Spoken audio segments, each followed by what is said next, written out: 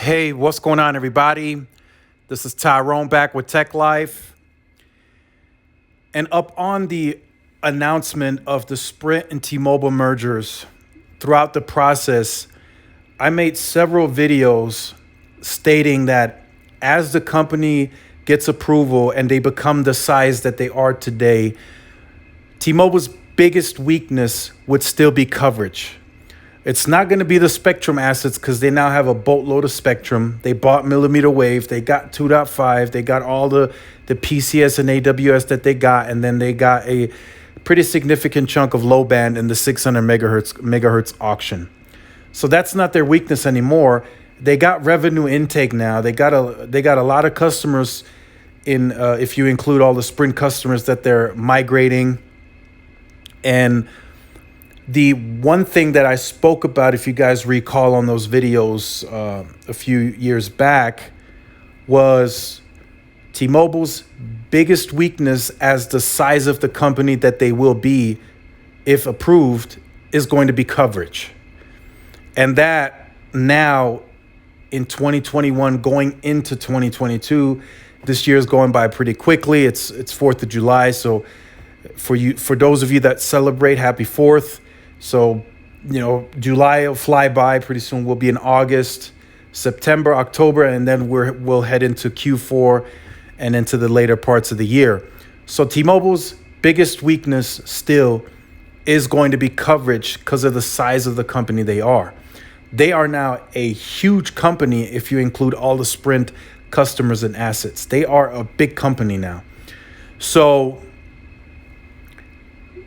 they have to obtain the goal of growing their coverage for its current customers so they can have the best experience on T-Mobile's network. So there's been discussions of, will T-Mobile pick up the Chantel wireless assets from Sprint? And sure enough, we got an announcement, I think late last year, if I remember correctly, that they would close this deal. And as of July 1st, the deal has officially closed. It was worth about $1.9 billion. And T-Mobile can now start integrating those assets. So in rural parts of Virginia, West Virginia, Kentucky, Ohio, and Pennsylvania, which is going to serve roughly about 1.1 million subscribers, be looking forward to better coverage from T-Mobile.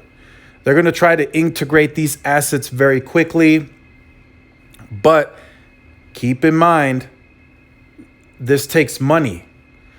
T-Mobile has a set capital investment. So don't be expecting any acceleration on this beyond what they've already set aside for this spending.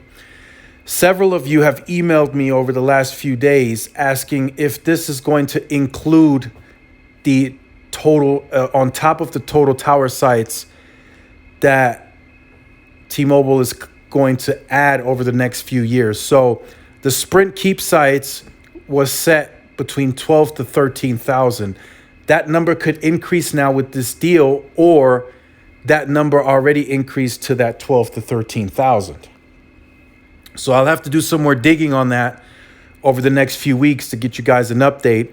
But I don't think this includes the 10,000 brand new macros that T-Mobile wants to build. I think since this is a Sprint asset, I think that will be included into the assets of the Keep sites. So I think this will be very quickly. Again, this is where we're going into rural territory now. So the sites are more spaced out. So this is all about the funding. How much capital are they going to push towards this?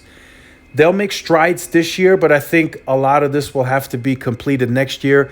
We may get updates, or we may actually need updates from T-Mobile as to how quickly they think they can incorporate those assets. Again, right now, the big asset that they're trying to integrate is the Sprint network and the assets there, the N41.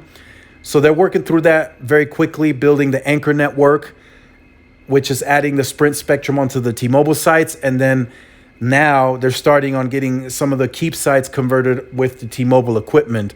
So they're working through that. But it's a very tedious process.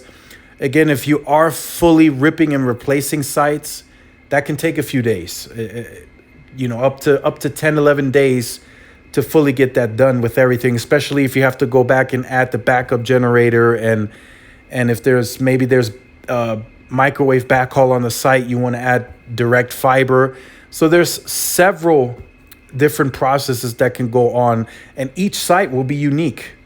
So it's a tedious process. It's going to take time. It's not going to be quick. I know T-Mobile they like to under promise, over deliver. They like to do that. They just did it recently. They hit 300 million 6 months ahead of the goal, the target. But with this will further drive their coverage to be better. Better calling, better speeds. In some of these areas previously, T-Mobile may have had no coverage at all. So now in these areas, before the integration is fully done, you may even be able to roam. Now that they own the assets, you may be able to roam onto the Sprint side of the network if you're a T-Mobile customer traveling through these areas. Maybe a possibility now that you can get band 25, 41, 26 for now, whatever's available in those areas. So this is a very interesting development. T-Mobile has another asset of Sprint's. I believe it was Swiftel that they'll be able to incorporate. T-Mobile also did this in Iowa. I believe it was Iowa Wireless, if I remember correctly. So the fastest way, and this is proven by history, the fastest way to gain coverage is to buy up regional carriers. Verizon did it in a big way years ago. AT&T hasn't really gone that route. They've really actually organically grown their network, especially with the FirstNet deal. But I think T-Mobile could knock on a few more doors to get some regional carriers on board to grow their coverage significantly faster. US ComNet, who knows? We'll see over the next few months and years to see if T-Mobile does do that. I think they have planned to organically grow their coverage because it serves several purposes. One, the larger customer base now has a Verizon AT&T like experience, and they're going to serve that base, the new base, with home internet, especially in rural America. So let me know what you think about this deal in the comment section down below. Look forward to reading all your comments. If you have been on the channel or you're new to the channel and you have not yet liked, shared, subscribed, make sure you do so. Hit that notification bell so you are notified when I do upload content. Make sure to follow my social media outlets for more updates and interactions. Thanks again for watching. This is Tyrone with Tech Life. I'll see you guys in the next one. Peace.